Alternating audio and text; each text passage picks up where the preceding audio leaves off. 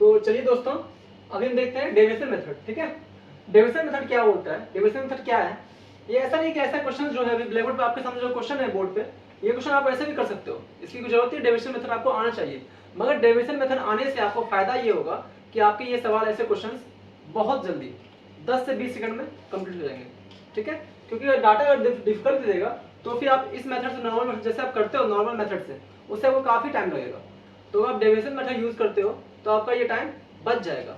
तो deviation method क्या कहता है, क्या है और ये कैसे सॉल्व होता है इससे क्वेश्चन, वो मैं बताता हूँ। और ये ऑलमोस्ट सारे तरह के क्वेश्चन में काम आता है, और कैसे कैसे क्वेश्चनों में काम आता है वो भी मैं बताऊंगा वीडियो में आपको। ठीक है, देखिए डेविएशन मेथड क्या बोलता है। सबसे पहले देखिए, इनकम दिया हुआ एक आदमी का 45,000, उसका खर्चा दिया हुआ 33,000। बोला उसका इनकम जो है बढ़ जाता है 20% से और उसका जो खर्चा बढ़ जाता है 12% से। तो बोल रहा उसका सेविंग में कितना फर्क पड़ेगा, कितना से इंक्रीज होगा सेविंग। ठीक है, तो सबसे पहले आपको जानना चाहिए, पहले तो इसको छोटा कर लीजिए। ठीक है, ये इनकम जो है, एक्सपेंडिचर और इनकम का रेशियो जो है, इसको छोटा कर लीजिए। 3030 गया, 3 15 बार में और 3 11 बार में। ठीक है, तो हमारा क्या क्या आ गया, हमारा आ गया एक्सपेंडिचर 11 और इनकम आ गया हमारा 15 यूनिट। ठीक है, यूनिट भी ले लिया हमने। तो देखिए सबसे पहले इनकम होता क्या है, इनकम क्या होता है,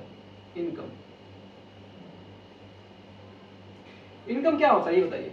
इनकम सेविंग और एक्सपेंडिचर का ही तो जोड़ है, जो हमारा खर्चा हो रहा है और जो हमारा बचत है उसको मिला दे तो वही हमारा इनकम है। ठीक है, तो हमारा इनकम क्या होता है, सेविंग,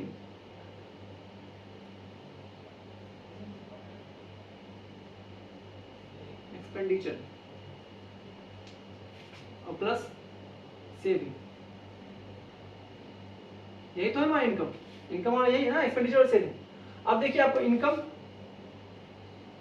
इनकम आपको दिया हुआ कितना, इनकम कितना दिया हुआ 15 यूनिट, कितना दिया हुआ है 15 यूनिट। ठीक है, आपका एक्सपेंडिचर कितना दिया हुआ, एक्सपेंडिचर कितना दिया हुआ 11 यूनिट। तो 15 में से 11 जाएगा तो 4 यूनिट, ये क्या आ जाएगा, ये 4 यूनिट क्या, ये सेविंग आया। ठीक है, आप देखिए कैसे लगाते हैं हम डेविएशन मेथड, समझिए अच्छे से। ठीक है, हमारा इनकम दिया हुआ है आपको, एक्सपेंडिचर कितना यूनिट दिया हुआ, देखिए एक्सपेंडिचर 11 यूनिट, मतलब एक्सपेंडिचर 11। ठीक है, उसके बाद हमारा सेविंग कितना दिया हुआ 4 यूनिट, तो सेविंग हमारा 4 यूनिट 4।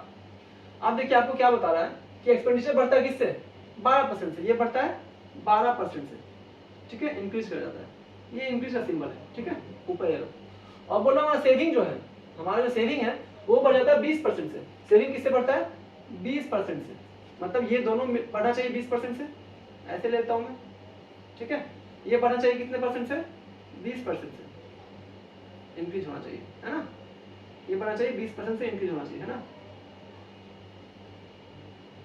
देखिए आप समझिए ध्यान से इसको, ये 20% होना चाहिए, इसका मतलब क्या है, अगर ये 20% होना चाहिए मतलब ये सब मिलके 20% इंक्रीज होना चाहिए, है ना। ये इसका मतलब है। तो देखिए इसको कैसे करेंगे, ये कितना कम रह रहा है यहाँ पे, देखिए ये कितना कम रह रहा है, यहाँ पे एक्सपेंडिचर कितना कम रह रहा है, इसको भी 20% बढ़ना चाहिए और सेविंग को भी 20% बढ़ना चाहिए। तो वही मानेंगे ना कि टोटल मिला के भी 20% बढ़ा, यानी कि टोटल हमारा इनकम भी 20% बढ़ा, तो ये भी 20% बढ़ना चाहिए, ये भी 20% बढ़ना चाहिए। ये बढ़ा कितना 12%, 8% कम बढ़ा है ना, ये 8% कम बढ़ा है। ठीक है, कितना परसेंट कम बढ़ा है, ये 8% ये कम बढ़ा है। ठीक है, -8 क्योंकि कम बढ़ा है, इसे माइनस लगा दिए। लेकिन ये 8% कम बढ़ा है, 1 यूनिट है ये। ठीक है, 11 के लिए कितना होगा, ये 1 पे 8% कम बढ़ा है ना 12%, यानी 11 के लिए है तो 11 गुना 8। ठीक है, 11 गुना 8 कितना हो जाएगा, 11 गुना 8 88। तो ये 88% इसको और बढ़ना चाहिए, इसको 88%, यहाँ 88 होना चाहिए। ठीक है, अब देखिए इसको 20% तो इसको बढ़ना ही है, क्योंकि 20% हमारा इनकम बढ़ रहा है, तो ये 20% तो होना ही चाहिए। ठीक है, प्लस ये 88 जो इसमें तो नहीं हुआ, अब ये 88 भी यही जुड़ेगा, ये 88 भी यही जुड़ेगा, तो ये 88 यहाँ आ गया। लेकिन यहाँ 88 का बोझ कितने पे जाएगा, ये 88 का बोझ 4 के ऊपर जाएगा, 4 यूनिट के ऊपर जाएगा।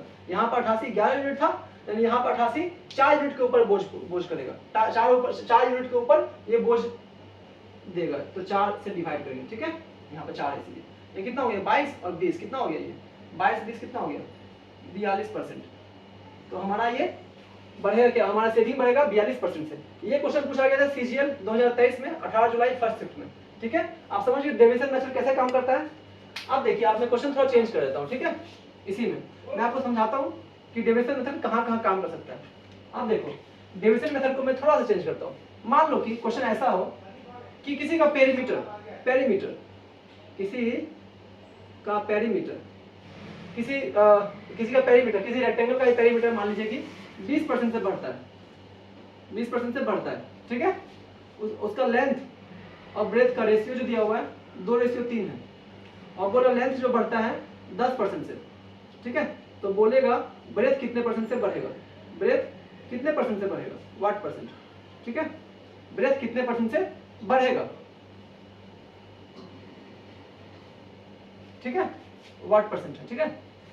तो देखिए ऐसे क्वेश्चन में भी काम करेगा डेविएशन, ठीक है। कैसे, लेंथ ब्रेथ का रेशियो कितना है 2:3, और लेंथ और ब्रेथ मिलके तो पेरीमीटर होता है, तो लेंथ ब्रेथ का रेशियो 2:3 है, ठीक है। लेंथ बढ़ रहा है हमारा 10% से, दोनों बढ़ना कितना चाहिए 20% से बढ़ना चाहिए, यहाँ 10% कम है, ठीक है, तो -10, लेकिन 2 यूनिट पे कम है तो -20, और इसको तो बढ़ना ही चाहिए ना 20% से इसको भी, तो ये 20 तो होगा ही, और प्लस ये 20 भी यहाँ आएगा 20, और बटे में 3, ये कितना हो गया 16 × 2/3 है ना, तो 20 दूनी 20 से 60, 20 80, 80 बटे 3% से बढ़ेगा, क्या 80% 3% से ये ब्रेथ बढ़ेगा, क्या बढ़ेगा ब्रेथ 80 बटे 3% से। आप समझ गए कैसे ये काम करता है, ठीक है। ये डेविएशन मेथड कैसे काम करता है, ये बहुत इंपॉर्टेंट मेथड है, आप इस पर ध्यान दीजिए और इसको फॉलो कीजिए, इससे बनाने की कोशिश कीजिए। मैं आपको अभी स्क्रीन पे क्वेश्चन दूंगा, उसको आप ट्राई कीजिए और बना के मुझे कमेंट सेक्शन में बताइए, अगर ना बने तो कोई दिक्कत नहीं, आप वो भी बता सकते हैं, ठीक है। मैं उसे अगले वीडियो में उसका सॉल्यूशन अभी डिटेल फिर दूंगा, ठीक है। वो क्वेश्चन थोड़ा सा डिफरेंस है, इससे थोड़ा सा डिफरेंट, ज्यादा कुछ नहीं, ठीक है। तो आपको समझ में आ गया डेविएशन मेथड किस किस क्वेश्चन पे काम करता है, कैसे कैसे क्वेश्चन पे काम करता है, ठीक है, समझ गए। Thank you. अगर अच्छा लगे वीडियो तो वीडियो को लाइक कीजिए, चैनल को सब्सक्राइब कीजिए। मैं इस तरह के आपको शॉर्टकट मेथड, ये शॉर्टकट मेथड है एक तरह का, ठीक है। डेविएशन मेथड एक वैदिक मैथ का एक मेथड है, ठीक है। तो ऐसे ऐसे क्वेश्चंस जो मैं आपके लिए लाते रहूंगा, जो आपको एसएससी सीजीएल के लिए, एसएससी एमटीएस के लिए, सीएचएसएल के लिए, सीपीओ के लिए आपके लिए हेल्पफुल होगा। इवन कि बैंकिंग में भी ऐसा टॉपिक पूछा जाता है, ठीक है, तो उसमें भी बहुत ज्यादा हेल्पफुल होगा, क्योंकि बैंकिंग में डाटा जो होता है बहुत डिफिकल्ट होता है, तो आपको ये मेथड बहुत आसान आएगा, ठीक है। Thank you.